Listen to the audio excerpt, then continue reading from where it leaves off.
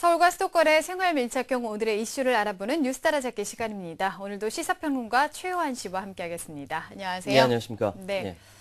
비만 내렸다 하면은 물난리를 겪는 곳이 바로 서울 강남역 일대입니다. 이번 장마에 내린 기습폭우에 역시나 강남역 일부가 침수가 됐었죠. 박원순 시장은 2015년까지는 침수 현상에 대해서 근본적인 대책을 마련하겠다 이렇게 공언까지 했는데요. 해마다 반복되는 이 강남역 일대 침수 문제에 대해서 오늘 자세하게 알아보도록 하겠습니다. 지난번에 역시나 일부 침수가 됐었죠. 예, 그 일부 침수가 됐는데 이번 장마 정말 많은 비가 내렸는데요.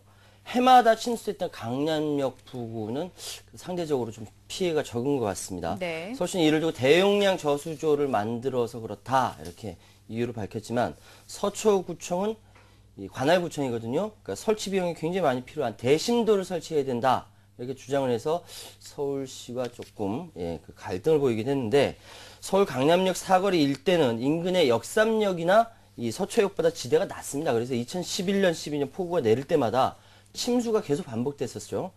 게다가 강남역 일대는 여기가 하수관이 굉장히 복잡하게 얽혀 있어서 많은 양의 비가 내린다. 그러면 일단 이렇게 물이 역류해서 길 위로 이렇게 솟구치기 때문에 이 일대가 정말 아수라장이 되기도 했습니다. 네, 하지만 네. 지난 22일, 23일 이 새벽부터 많은 양의 비가 내렸죠. 우려했던 대규모 도시 침수가 일어나지 않았는데요. 서울시가 침수 방지 대책으로 강남역 일대 15,000제곱미터 규모의 대형 빗물 저류조를 설치했기 때문입니다. 그러니까 이외에도 서울 지역에도만 모두 18곳에 저류조가 설치됐고요. 이 저류조는 시간당 5에서 10mm의 그 침수를 좀 저감하는 하는 역할을 한다고 하는데 이것도 시간당 70mm 이상의 비가 3시간 이상 내리게 되면 용량이 포화돼서 역류할 가능성이 있습니다. 그러니까 근본적인 좀 대책이 필요한 상황입니다. 네, 일단은 피해갔지만 더 많이 내리면 어떻게 될지 모르는 상황이다라고 볼 수 있을 것 같고요. 방금 말씀해 주신 중에 이 관할구청인 서초구와 서울시가 미묘한 갈등이 있었다 이런 네. 얘기도 해주셨는데요. 네. 어떤 내용인가요? 이게 강남역 일대 침수 원인과 해법을 놓고 서울시와 서초구청이 서로 다른 이야기를 하고 있거든요. 그러니까 진익철 서초구청장은 임시 저류조는 근본적인 대책이 될 수 없고 대용량 시설은 대심도를 만들어야 한다 이렇게 주장하는 반면 어제 강남역 일대를 방문했던 박원순 시장 같은 경우는 엄청난 비용을 투자하지 않고도 이 침수를 줄이는 대책을 이미 마련했다.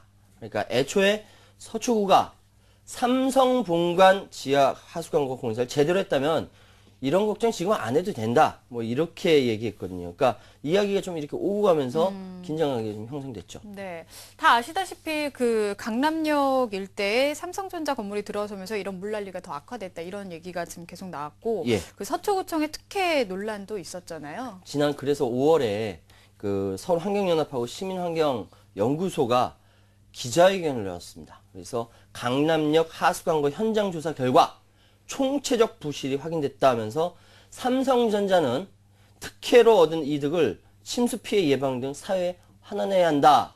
이런 주장을 이야기했습니다. 그러니까 네. 실제로 서울환경연합이 5월 2일과 9일 두 차례에 걸쳐 강남역 지하 하수관고 현장 조사를 나갔고요. 그 결과 이 빗물도 하수가 통하는 하수관고가 역경사, 각도, 통수단면 축소 등 이 총체적인 병목 현상 발생할 수밖에 없는 구조였습니다. 사실 제가 저희 그 뉴스 따라잡기에서 예전에 한번 말씀드린 적이 있거든요. 네. 예, 그러니까 하수관은 물이 흐르는 방향으로 경사가 이렇게 져야 되는데 이게 이 단면적은 적어도 그러면 같거나 더 넓어져야 되거든요. 물이 모이니까. 그런데 이게 정반대로 이게 좁아지는 겁니다. 예, 그림 하나 보시면서 이야기 나누시죠. 네. 화면 한번 보여주세요. 사유지로 저 왼쪽에 1차 변경에서 이렇게 오른쪽으로 하수관거를 암거를 설계 변경하면서 물을 흘려보낼 수 있는 능력이 있는지 정확히 검토 없이 그림 저기 왼쪽에 있는 하수관거가 오른쪽으로 저렇게 옮겨집니다. 네. 2차 변경이 그러다 보니까 상황이 전체적으로 경사로 흘려야 되는데 역경사가 생긴 거죠. 1.5m 보십시오. 당초에 위의 그림처럼 이렇게 내려가야 되거든요. 네네. 근데 그렇게 하수한 거를 변경하고 나니까 이게 위로 역경사가 됐어요. 반대로 돼 있네요. 예, 네. 반대로 된 거죠. 거기다가 저기 턱까지 생겼습니다. 예. 이것이 이제 현재의 모습입니다. 네. 그러니까 이런 모습이 됐으니까 물이 제대로 빠지지 못하는 네. 것이라 볼 수 있는데 역경사 외에도 다른 문제도 있었죠. 예, 제가 방금 보여드렸던 것처럼 이 경사에 높이 30cm 정도의 직각 턱이 생겼어요. 네. 그러니까 직각 턱이 이렇게 생기니까 지금 나오고 있네요. 저 물이 가지 못하는 게 갇혀 있는 거죠. 네. 그 역경사 부분에 있습니다. 또 뿐만 아니라 폭 2m, 높이 3m, 하수 광고 높이가 1.5m로 축소되면서 단면적이 또 반으로 줄어들었습니다. 네. 턱이 있고 역경사하고 단면적 줄어들고 물이 빠져나갈 수가 없죠. 직선으로 평탄하게 뻗어 있어야 할 하수 광고 5m 구간에서 두 번에 걸쳐서 70에서 80도 각도로 꺾여서 한눈에 봐도 물이 제대로 흐르기 어려운 상황, 구조가 지금 되어 있는 거예요. 네. 이게 지금 강남역 지하 하수 광고의 모습이고 이렇게 그 모습으로 돼 있으니까 물이 빠져나갈 수 없고 해마다 강남역이 침수된다. 네. 바로 이 결론이 이렇게 나옵니다. 왜 이렇게 물이 빠지기 힘든 구조로 되어 있는 건가요? 그래서 그것까지 다 추적을 해보니까 2007년 3월 5일 삼성전자에서 요청하고 설치 승인된 지하 공공보도 시설에 대한 도시관리 계획을 서초구청이 입안할 때 부적정한 결정, 승인을 한 것으로 드러났습니다. 그러니까 이 구간에서요, 2005년도부터 하수도 설치가 계획돼 지하 4m까지는 보도를 설치할 수가 없습니다. 예, 그래서 서초구청은 삼성전자 요청으로 이를 불법 승인한 거죠. 지하 보도가 삼성전자 건물로 연결이 되어 있거든요. 네. 예, 바로 지하철에 들어가도록 연결이 되어 있습니다. 그래서 하수암거 신설공사 실시 설계 보고서에 어떻게 써 있는지 찾아봤더니 이렇게 되어 있습니다. 제가 그대로 읽을 테니까 한번 잘 들어보십시오. 장래 계획된 삼성그룹에서 추진하고 있는 서초 프로젝트 연결 통로를 고려해서 최종적으로 노선을 확정했지만 삼성그룹에서 추진하고 있는 서초 프로젝트 연결 통로 계획에 의하여 지하철 2호선 강남역 4번 출구가 하수암거의 실시 설계 노선 진행 구간으로 이설 계획이 수립됨에 따라 당초 실시 설계 노선 계획 노선 중 일부 구간이 있어 하수암거 설치 계획이 불가능하여 노선 변경을 불가피하게 검토함 이렇게 되어 있습니다. 이거 어떤 느낌 드세요? 네. 이 서초 프로젝트 연결 통로 계획에 의해서 그러니까 공공 보도가 좀 침해 당했다. 예. 이런 생각이 드네요. 이게 계획 단계에 있는 삼성전자 연결 통로를 서초구가 우선적으로 설계 반영해서 지하철에서 삼성전자 건물까지 바로 지하 공공 보도를 만들어 준 거죠. 네. 그래서 삼성에게 엄청난 특혜를 해준 겁니다. 그러니까 유착이 있었던 거죠. 예. 그러니까 만약에 삼성이 아니라 일반인이 이렇게 불편하니까 이거 좀 해달라라고 요구를 했으면 과연 이렇게까지 했을까? 예.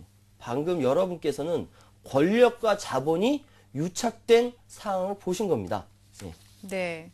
매년 물난리를 겪는 이유가 바로 여기에 있었다고 볼 수 있을 것 같습니다. 이번에도 침수 사고가 발생을 하면서 박원순 시장이 2015년까지 문제를 근본적으로 해결하겠다 이렇게 공언을 했죠. 그래서 작년 광복절에도 이제 도로 곳곳이 물난리가 났던 것에 비해서는 상대적으로 좀 크게 나아진 상황이죠. 네. 그러니까 강남역과 삼성전자 사옥의 지하 연결 공조 때문에 바로 이렇게 난리가 난 건데 일단 서울시가 그나마 하수관 거 미리 청소하고 빗물바지 늘리고 특별 관리했기 때문에 시간당 67mm의 폭우에도 피해를 줄였다. 이런 평가가 나오고 있습니다. 물론 서울시는 상습 침수구역과 관련해서 이 강남역과 사당동 피해 많았어요. 예. 관악구, 도림천동 11곳은 특별 관리 지역으로 그리고 나머지 23곳은 중점 또는 기타 관리 구역으로 지정한 바 있습니다. 박원순 시장이 근본적인 약속을 했는데요.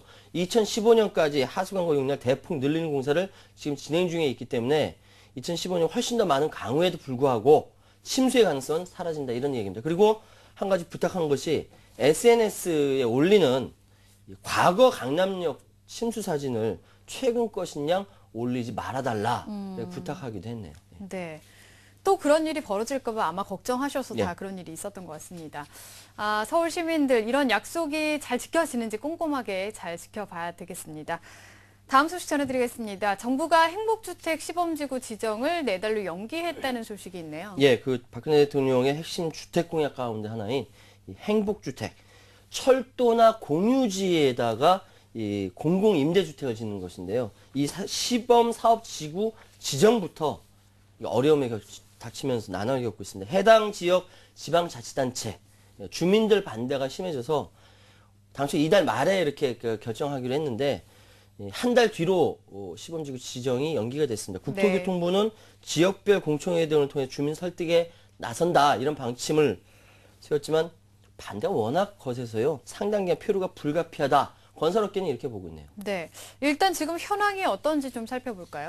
국토부는 지금 서울 오류, 가자, 공릉, 잠실, 송파 그리고 목동, 안산의 고잔 지역 등 이 행복주택 시범지구 7곳 그리고 보시다시피 이렇게 지구 지정을 이달 말에 다음 달로 연기한다고 밝힌 표면적인 이유가 보시다시피 마포입니다. 잘못됐네요. 서대문구 여기만 빼놓고 나머지는 다 반대하고 있죠. 행복주택과 관련된 지역 주민들의 의견을 듣는 주민공람기간이 예정보다 2주 연장됐다. 표면적으로 이렇게 이야기합니다. 그런데 하지만 공람기간 연장에도 불구하고 가자를 제외한 나머지 6곳은 주민들의 반대가 수그러들 기미를 보이지 않고 있다. 이게 국토부가 고민이 있는 겁니다. 그러니까 교육이나 교통, 환경 등의 그 주거 여건 악화 이유로 행복주택 건설 반대가 가장 심한 이 목동 지역 여기 어마어마합니다. 그러니까 여전히 수용 불가 입장을 고수 중에 있고요. 그리고 이제 그 공릉 지역도 지역 주민들을 위한 원래 공원과 문화시설 건립을 뭐 예부터 얘기를 했었는데 일단 반대 의견이 지금 가라앉지 않고 있어요. 계속 반대하고 있고요. 안산시도 예전에 제가 저번에 말씀 전해드릴 때까지만 찬성한다고 했었거든요. 그러니까 조건부 찬성이었죠. 신길 온천 국민 임대주택 지구로 시범지구를 변경해달라 입장이었는데 이것이 제대로 안 되니까 최근 반대 입장으로 돌아섰습니다. 참 국토부 힘들겠어요. 반대 의견이 이렇게 많은 상황에서 이게 안 할 수도 없는 노릇이고 국토부로서도 고민이 참 많을 것 같은데 진행은 결국 되지 않을까요? 어떻게 보시나요? 진행은 할 거예요. 아마 진행은 할 건데 국토부는 7개 시범지구와 상대적으로 가구 수가 적은 서울의 그 가자 650가구, 공릉에 200가구 제외한 나머지 5곳에 대해서는 이 행복주택이 주변 환경에 미치는 영향을 평가 이른바 전략 환경 영향 평가를 진행하고 있습니다. 이런 적 없었거든요. 처음 하는 것 같아요. 지자체와 주민들의 반대를 감안해서 교육과 교통 환경 평가를 지금 실시 중에 있는데 이런 얘기합니다. 국토부 관계자들 일정에 쫓겨서 무리하게 사업을 추진하는 것보다 지자체나 주민들과 충분히 소통한 뒤 지구 지정을 하는 게 낫다. 이러면 이달 말에 나오는 각종 영향 평가 결과를 바탕으로 지구 지정에 나설 게 당연한 얘기죠. 진작부터 이렇게 얘기해야 되는데 국토부는 이미 조건부 찬성 입장인 가자지구에 대해서 우선 지구 지정을 마친 뒤 오류 잠실 송파 상대적으로 반대 의견이 적은 순서대로 지구 지정에 나선다 이런 방침을 세웠습니다. 이 비용은 국고에서 지원을 하게 되는 건가요? 이 행복주택의 재정 투입이 없을 것이라고 얘기를 했었던 것 같은데요. 그 부처가 말이 좀 엇갈려요. 그러니까 기획재정부 당초 행복주택 재정 투입은 없을 것이라고 박 대통령의 공약을 감안해서 세금 걷어들이지 않겠다고 했지 않습니까? 행복주택은 국민주택기금 융자로 사업을 추진해야 된다. 이런 입장을 보이고 있는데요. 반면 국토부는 좀 입장이 달라요. 그러니까 행복주택이 공공임대주택 성격인데다가 부채가 현재 138조에 달하는 LH공사, 한국토지주택공사죠. 재무 상황을 감안해서 재정 투입이 필요하다고 주장을 해왔습니다. 일단 국민임대주택 사업비 30%를 재정에서 지원하고 40%를 국민주택기금 융자 그리고 나머지 30%는 입주자 보증금과 사업자 부담으로 건설을 하고 있는데요. 이 국민주택 여기에 비교할 때 행복주택 사업비의 한 30% 정도는 정부 지원이 정부 재정에서 지원될 것으로 보입니다. 국토부 관계는 재정 지원은 이미 큰 틀에서 합의를 마쳤는데 진행 중인 행복주택 공급 방식 용역 결과가 나오는 대로 구체적인 공급 계획을 확정할 것이다라고 얘기했습니다. 그러니까 이 혈세로 지어지는 거기 때문에 훨씬 더 예민한 문제고 신중하게 접근하고 있죠. 네, 맞습니다. 주민들 의견이 좀 반영이 되고 수렴이 됐으면 좋겠습니다. 네, 지금까지 뉴스타라 작가 최요한 씨와 함께했습니다. 감사합니다. 감사합니다.